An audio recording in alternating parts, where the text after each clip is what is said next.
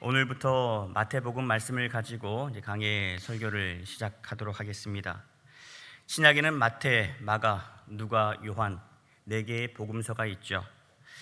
복음은 복된 소식, 좋은 소식입니다.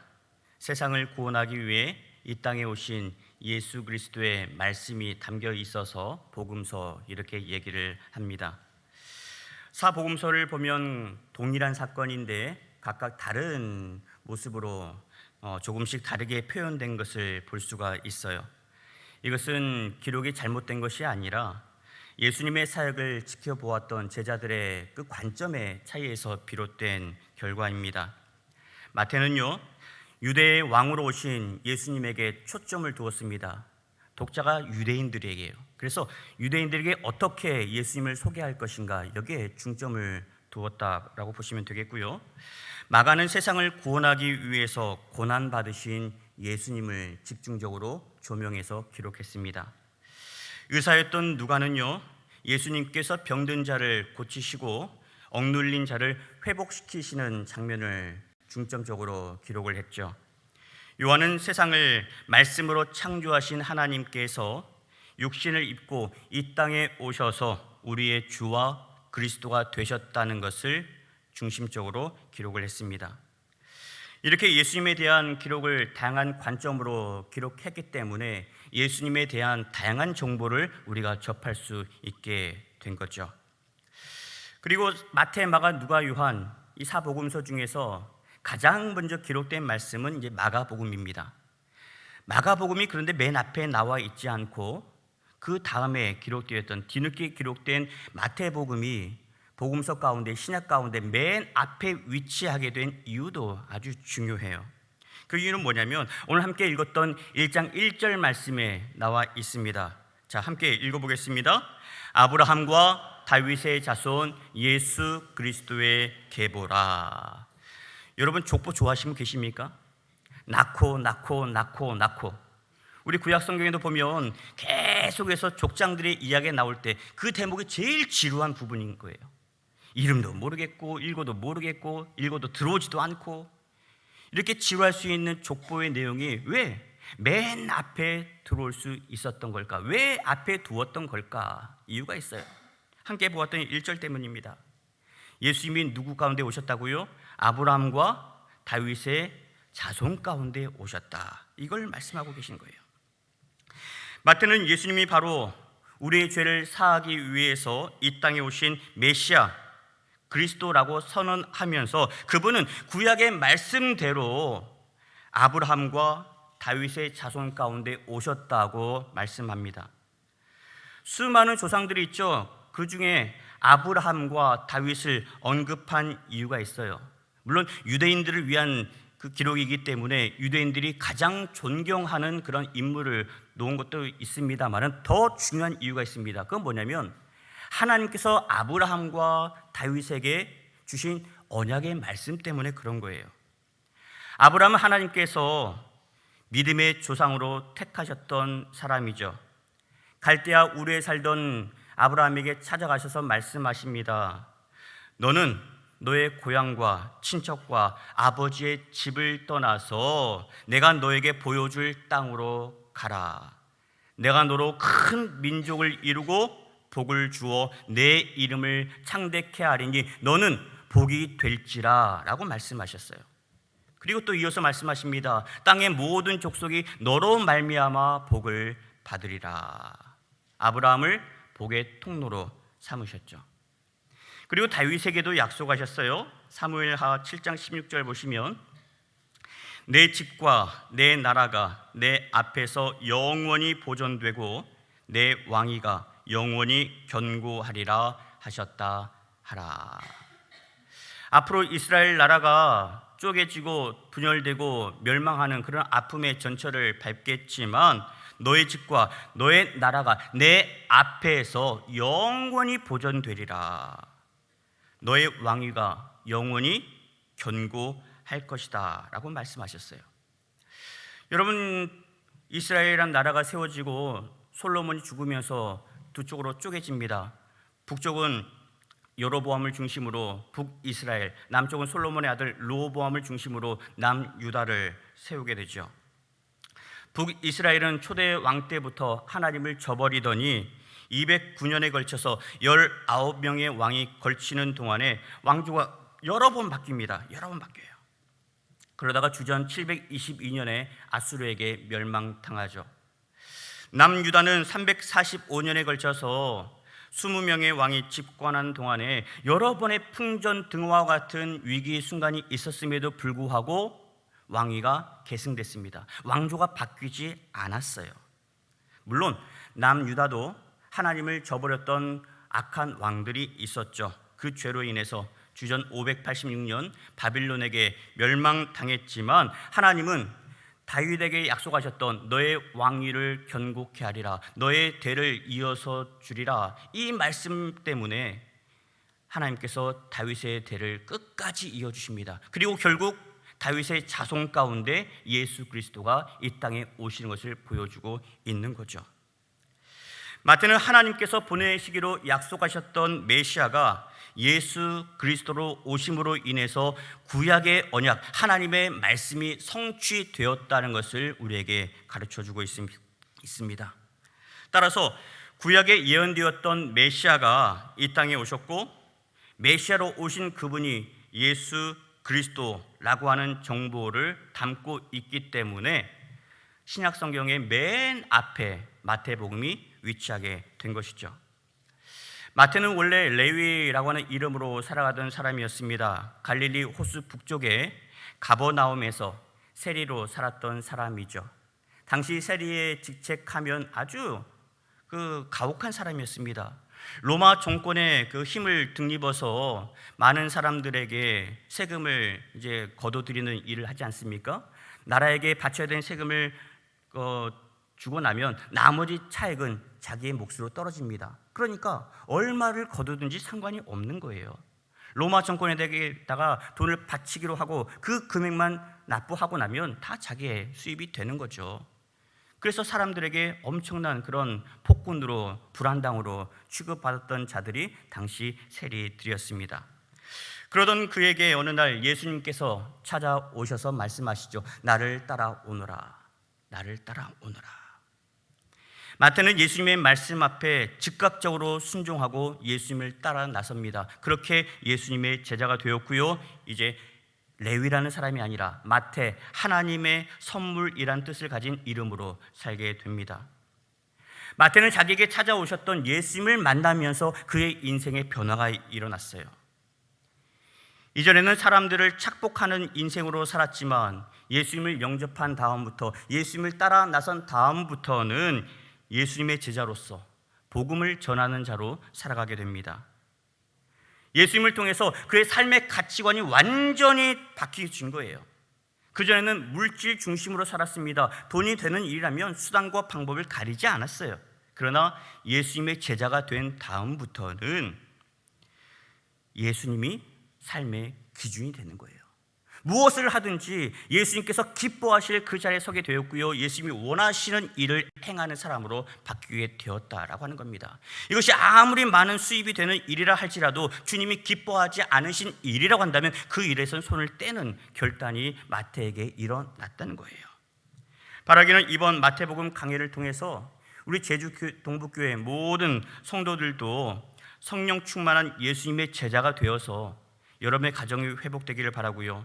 그 회복된 은혜로 말미암아 교회를 살리기를 바라고 우리 교회가 잘 되어서 이 지역사회에 예수 그리스도의 아름다운 꽃을 피워낼 수 있는 복된 재단 될 수 있기를 축원합니다. 여러분 사극 좋아하십니까? 사극을 보시면 재밌죠. 그런데 그 사극 내용들 중에 암투가 벌어지는 대목이 나옵니다. 왕의 다음 후자를 책봉하는 그 자리에 나올 때마다 늘 신경전이 벌어져요. 긴장감이 돕니다. 누가 태자 책봉을 받느냐에 따라서 나라의 판도가 좌우되기 때문에 그러죠. 만약에 왕의 그런 아내가 여럿이 있어요. 왕비가 여럿이 있습니다. 그 자식들 중에 아들이 여럿이 있어요. 누가 왕이 될 수 있습니까? 두 사람이 왕이 될 수 있어요? 나라의 왕은 한 사람입니다. 한 사람이 왕이 되고 나면 나머지 왕자들은 다 이제 떨쳐지는 거예요. 여러분 얼마나 치열한 암투가 벌어지는지 모릅니다. 태자를 책봉할 때 보는 조건들이 여러 가지가 있죠. 가장 중요하게 보는 게 뭐냐면 누구의 자식이냐는 거예요. 누구의 아들이냐는 겁니다. 정실 부인의 자식이냐, 아니면 서자였냐, 아니면 첩의 자식이냐, 여기에 따라서 누가 왕자가 되느냐, 누가 왕위로 그 택함을 받느냐, 여기에 기준점이 있는 거거든요. 아주 중요합니다. 여러분, 우리만 그런 게 아니에요. 유대인들도요, 계보를 아주 중요하게 따집니다. 왜냐하면 장자에게 그 아버지의 모든 유산을 받을 수 있는 권한이 있기에 그렇습니다. 마태복음 기록한 마태도 입장은 동일합니다.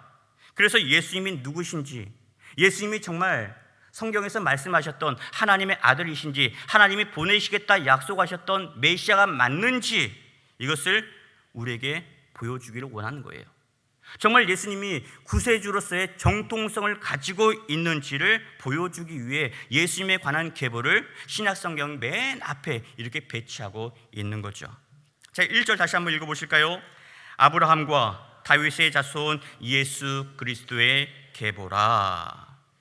마태가 얘기하는 게 뭡니까? 예수님이 바로 믿음의 조상 아브라함의 자손이다. 위대한 다윗 왕의 자손이다.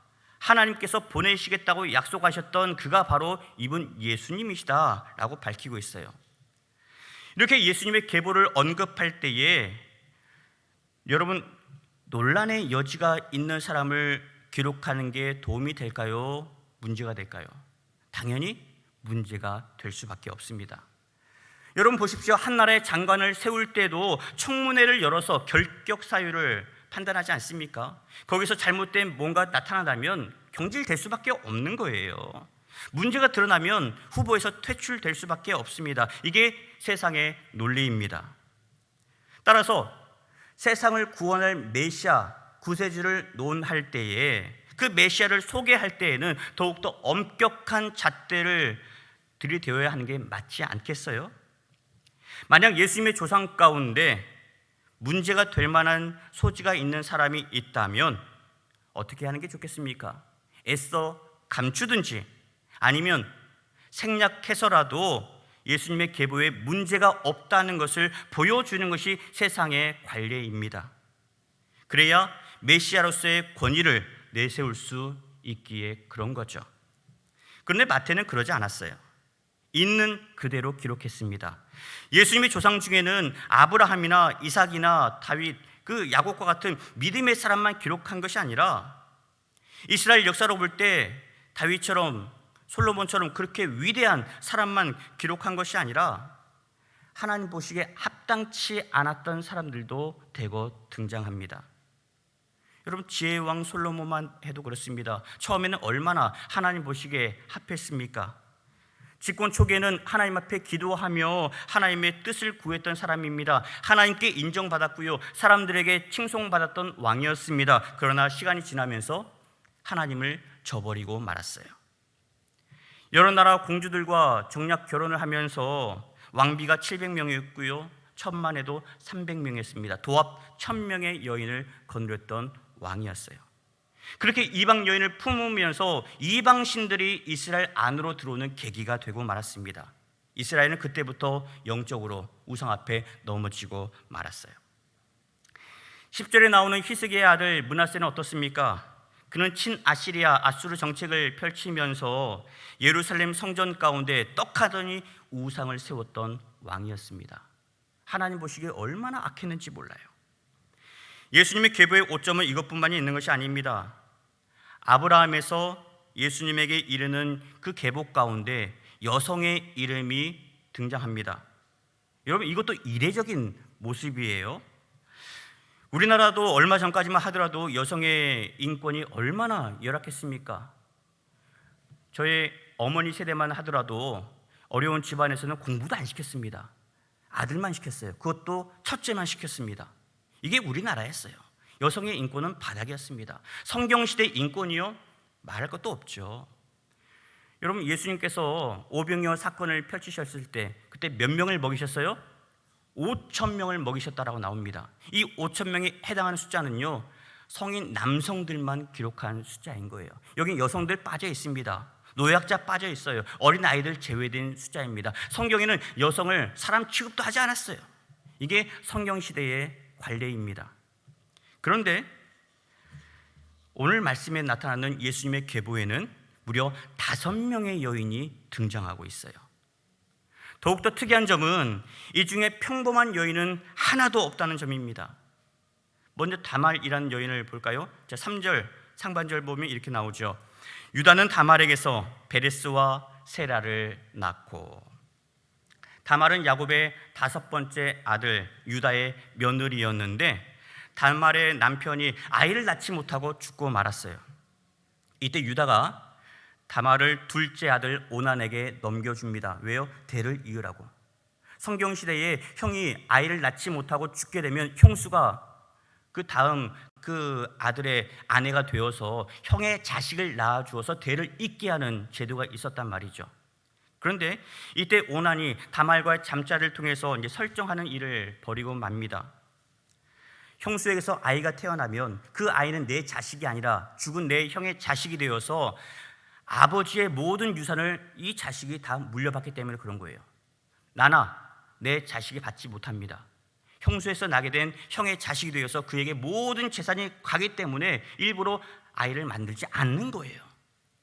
하나님께서 이러한 행태를 악하게 보시고 오난 역시 죽게 하시죠.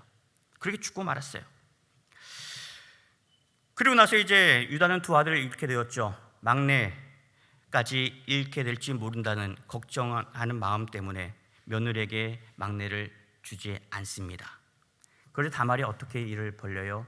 가문의 대를 잇겠다는 일념하에 창녀로서 변장해서 시아버지를 유혹하고 시아버지와 잠자리를 갖습니다.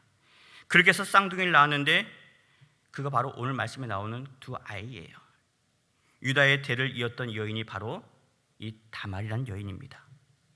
두 번째 여인 라합이죠. 5절에 나옵니다. 살몬은 라합에게서 보아스를 낳고. 보아스의 어머니 라합은요 가나안 땅에 살던 기생이었습니다. 창녀 출신으로서 이스라엘의 12 정탐꾼을 숨겨주었던 여인이었죠. 세 번째 여인 룻이 등장합니다. 5절 하반절. 보아스는 룻에게서 오벳을 낳고.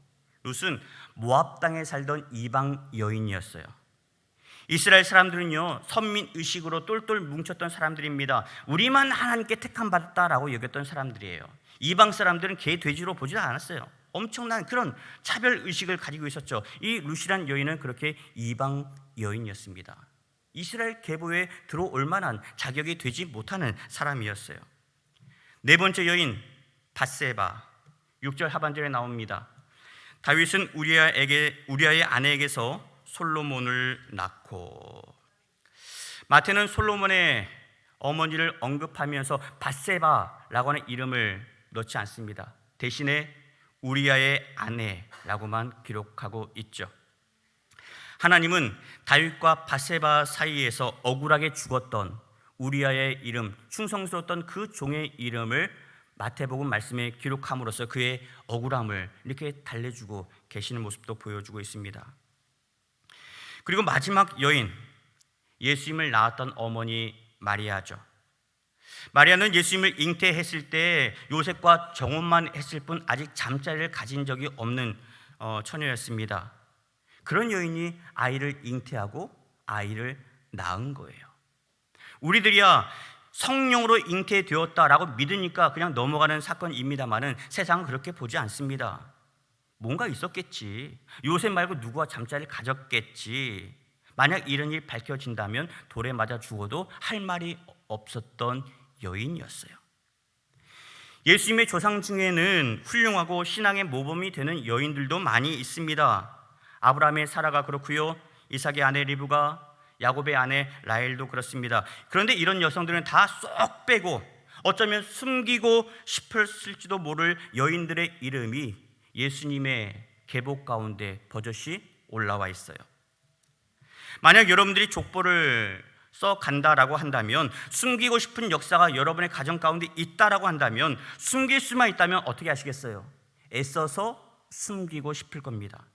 부끄러운 역사는 되도록이면 감추고 싶으실 거예요. 이것이 우리의 마음이고요, 지금까지 세상에 써왔던 역사의 관례입니다. 그런데 하나님은 그렇게 하지 않으셨어요. 하나님은 말씀으로 세상을 창조하신 만왕의 왕이십니다. 그렇게 위대하신 분이 피조물의 모습으로 인간의 연약한 몸을 입으시고 이 땅에 오셨고요, 거룩하신 예수님이 이렇게 복잡한 계복 가운데 오셨습니다. 그렇다면 성경은 차마 입에 담기도 거북할 수 있는 이런 여인들을, 그리고 당시의 관례를 어겨가면서까지 계보에 넣지 않았던 이 여인들을 억지로 기록한 이유가 뭐겠습니까? 성경은 말씀합니다. 유대인들이 그토록 자랑하던 아브라함과 다윗의 계보 가운데에도 흠이 많다는 것을 인정하라는 거예요. 털어서 먼지 안 나는 사람 없다는 말처럼 누구에게나 죄가 있다는 겁니다. 저마다 감추고 싶은 흑 역사가 있습니다마는 하나님은 그런 죄인들까지도 당당하게 고치셔서 회복시키셔서 하나님의 일꾼으로 삼으셨다는 것을 우리에게 보여주고 있는 거예요. 다윗이 잘나서 하나님이 들어쓰신 게 아니었어요. 다윗이요, 목욕하던 다른 여인을 보고서 마음에 품었던 사람입니다. 왕의 권력을 가지고 남의 아내를 데려다가 잠자리를 가졌던 왕입니다. 그리고 그러다가 아이가 생겼고 그 일을 없애기 위해서 우리아를 전쟁의 한복판에 내보내서 죽게 만들었던 장본인이었어요. 여러분, 어떻게 이런 사람이 예수 그리스도의 조상이 될 수 있냐는 말입니다.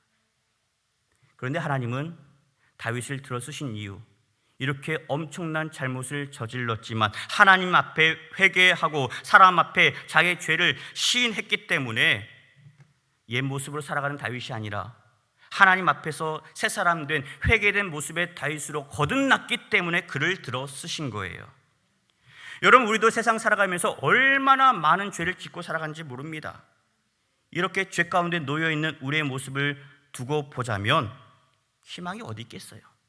우리에게 무슨 소망이 있겠습니까? 그러나 그렇게 죄 가운데 살아가는 우리를 살리기 위해서 하나님이 인간의 몸을 입으시고 예수 그리스도께서 이 땅에 오신 거예요.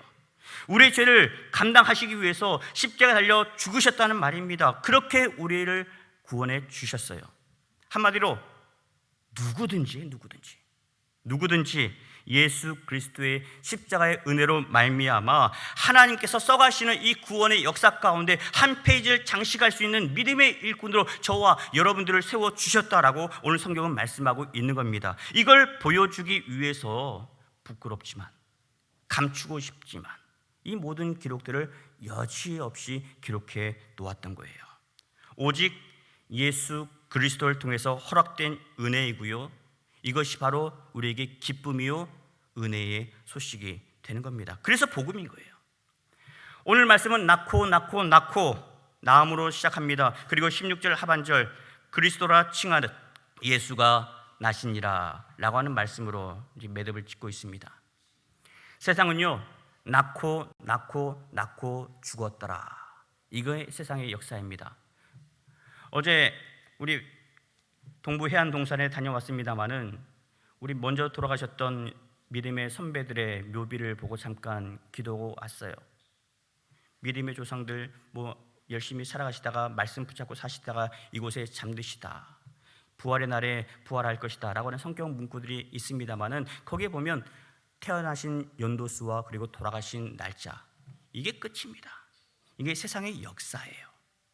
그러나 성경의 역사는 뭘 얘기하고 있냐면 우리는 하나님으로부터 보냄을 받았고 우리는 어쩌다가 태어난 사람들이 아닙니다. 우리는 하나님의 구원의 계획 가운데 하나님이 택하셔서 이 땅에 보내신 하나님의 자녀이고요, 이 땅에 살아가면서 우리에게 보내신 예수 그리스도를 영접하고 하나님의 자녀로서의 주권을 회복하여서 천국 백성으로 하나님의 자녀로 살다가 하나님의 나라에 안기는 그 삶을 살도록 우리에게 예수님을 보내주셨다라고 하는 겁니다. 여러분, 생물학적인 낳고 낳다가 죽었더라 그렇게 끝나지 않으셨으면 좋겠어요. 낳고 낳지만 무엇을 낳으실 겁니까? 복음을 심고 복음의 씨앗을 열매를 낳을 수 있기를 바랍니다. 내가 먼저 예수 믿고 구원을 받았으니 나로 인하여서 내 자식들도 예수 믿고 구원받아야 되지 않겠습니까? 내 부모도 나에게 생명 주셨지만 내 부모 예수 믿지 않고 돌아가시면 어떻게 하겠냐는 거예요. 그분들에게 복음을 심어서 그분들을 영적으로 낳을 수 있는 우리 사랑하는 제주 동북교회 성도들 될 수 있기를 바랍니다. 우리를 구원하시기 위해 이 땅에 오신 예수 그리스도, 그분께서 우리에게 말씀으로 찾아오실 때 여러분 거부하지 마십시오. 믿음으로 받으시고 아멘으로 화답할 수 있길 바랍니다. 예수 그리스도를 영접할 때 우리는 비로소 우리를 향하신 하나님의 크신 뜻을 헤아릴 수 있게 되고요, 하나님의 크신 뜻을 우리가 비로소 헤아릴 때 죄 많은 세상 가운데 하나님의 자녀로 살아갈 수 있게 되는 겁니다. 이 정체성이 흔들려 버리면 유혹 앞에 여지없이 넘어질 수밖에 없는 거예요. 하나님은 오늘도 다말과 같은 우리를 불러주셨습니다. 라합처럼 어두운 죄악의 길을 배회하는 우리를 내버려 두지 않으시고 우리에게 찾아오셨습니다. 그리고 룻처럼 보잘것없고 밧세바처럼 부정한 자리에 서 있는 우리를 불러주셨습니다. 마리아처럼 힘없고 그렇게 연약한 자들을 부르셔서 십자가의 은혜로 우리를 용서해 주시고 하나님의 자녀로 삼아 주셨습니다.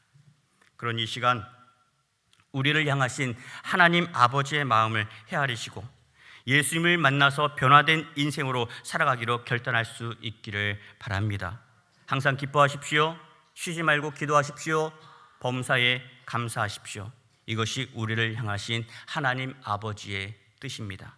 이번 한 주도 성령 안에서 모든 일에 기도와 감사로 하나님의 사랑을 찬양하며 승리하는 우리 제주 동부교회 모든 성도 모두가 될 수 있기를 우리 구주 예수 그리스도의 이름으로 축원합니다. 하나님 감사합니다. 믿음으로 살아가는 우리들 늘 연약하고 넘어집니다. 그런데 우리를 내버려 두지 않으시고 주님께서 그런 우리에게 찾아오셔서 말씀하여 주시고 고쳐주시고 회복시켜 주셨습니다. 그 은혜 앞에 감사하게 하여 주시고 변화된 자로서 하나님의 구원의 역사를 아름답게 써나가는 믿음의 백성들 되게 하여 주옵소서. 예수 그리스도의 이름으로 기도합니다. 아멘. 오늘 말씀 기억하면서 찬송 304장 함께 찬송하겠습니다. 304장 그 크신 하나님의 사랑.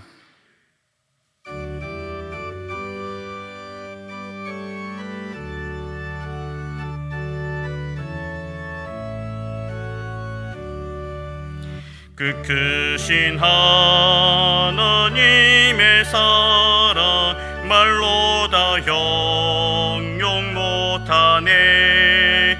저 높고 높은 별을 넘어 이 낮고 낮은 땅 위에 죄범한 영혼 구하려 그 아들 보내사 화목제물 삼으시고 죄 용서하셨네. 하나님 크신 사랑이 증량 다 못하네. 영원히 변치 않는 사랑 성도여 찬양하세. 괴로운 시절 지나가고 땅 위에 영화쇠할 때 주 믿지 않던 영혼들이 큰 소리 외쳐 울어도 주 믿는 성도들에게 큰 사랑 베푸사 우리의 죄 사했으니 그네 잊을까. 하나님 크신 사랑을 증량 다 못하네. 영원히 변치 않는 사랑 성도여 찬양하세. 하나님 하늘을 두루마리 삼고 바다를 먹물 삼아도 한없는 하나님의 사랑 다 기록할 수 없겠네. 하나님의 크신 사랑 그 어찌 닿았을까. 저 하늘 높이 쌓아도 채우지 못. 일어나서 찬양하시죠. 하나님 크신 사랑을 증량도 못하네. 영원히 변치 않는 사랑 성도여 찬양하세. 함께 기도하실 때 하나님 감사합니다. 죽을 수밖에 없는 우리를 내버려 두지 않으시고 예수 그리스도를 보내셔서 우리를 구원해 주셨습니다. 정말로 부족하고 연약한 인생이지만 부끄러운 역사를 살아왔던 우리이지만 그런 우리를 내버려 두지 않으시고 구원하여 주시고 하나님의 자녀 삼아 주셨습니다. 그 은혜 감사하며 이번 한 주도 승리하게 싸우니 믿음 붙잡고 말씀 붙잡고 살게 싸우니 하나님 우리를 붙잡아 주시고 인도하여 달라고 이 시간 주여 한번 부르시고 함께 기도하겠습니다. 주여 아버지 하나님 감사합니다. 죽을 수밖에 없는 우리를 내버려 두지 아니하시고 하나님의 크신 은혜와 사랑 가운데 독생자 예수 그리스도를 보내주셔서 감사합니다. 하나님께서 말씀하신 것처럼 아브라함과 다윗의 자손 가운데 주님을 보내주셨습니다. 흠없는 우리 주님, 죄 없으신 주님을 보내주셔서 우리의 모든 죄를 감당케 하여 주셨습니다. 그 은혜로 인하여서 구원받았고 그 은혜로 인하여서 하나님의 자녀가 되었사오니 아버지 주신 이 말씀 붙잡고 우리 다시 한번 믿음으로 설 수 있는 저희 모두가 되기를 원합니다. 아버지 부끄러운 인생으로 살아가는 저희들이 아니라 이제는 고침받은 자로서 회개한 자로서 하나님의 자녀로 당당하게 살기를 원하오니 이번 한 주 여러가지 세상의 모든 유혹이 다가올지라도 믿음으로 담대히 물리칠 수 있도록 도와주시고 여러가지 어려운 시련들이 놓여있을지언정 하나님의 자녀된 신분으로서 믿음으로 승리할 수 있도록 하나님 도와주시옵소서. 우리 제주 동북의 모든 성도들의 발걸음마다 하나님 선한 길로 인도하여 주시고 믿음 의지하여 살아가고자 하는 영혼들마다 승리할 수 있도록 하나님 역사하여 주시옵소서. 오늘 주신 말씀 붙잡고 나아갑니다. 세상 앞에 나아갑니다. 믿음으로 나아갑니다. 주를 알지 못한 자들에게 복음을 선포하며 나아갑니다. 우리의 모든 심령들 가운데 함께하여 주시고 우리의 모든 삶 가운데 주가 되어 주시며 하나님의 영광을 아름답게 드러낼 수 있는 우리 모든 성도들 될 수 있도록 인도하여 주시옵소서. 하나님 감사합니다. 오늘도 주님 앞에 나와서 예배하게 하여 주시고 하나님의 복된 말씀 우리에게 선포해 주시니 감사합니다. 우리 역시 성경에 나와 있는 정말로 기록되기 어려운 부끄러운 역사를 가지고 있는 저희들입니다. 그러나 그런 우리를 내버려 두지 않으시고 예수 그리스도를 보내주셔서 우리 죄를 사하여 주시고 거룩한 하나님의 자녀가 되게 하여 주셨습니다. 이제는 믿음으로 주님 앞에 서게 하여 주시고 세상 앞에 넘어지는 인생이 아니라 하나님을 증거하며 말씀대로 살아낼 수 있는 복된 믿음의 자녀들 모두가 될 수 있도록 도와주옵소서. 이제는 우리 구주 예수 그리스도의 은혜와 아버지 하나님의 그 크신 사랑하심과 성령님의 인도하시고 돌보시는 거룩하신 역사하심이 우리 구주 예수 그리스도 붙잡고 믿음으로 살기로 다짐하는 주의 모든 권속들 머리 위에 이제로부터 영원 끝날까지 함께 계시옵기를 간절히 축원하옵나이다. 아멘.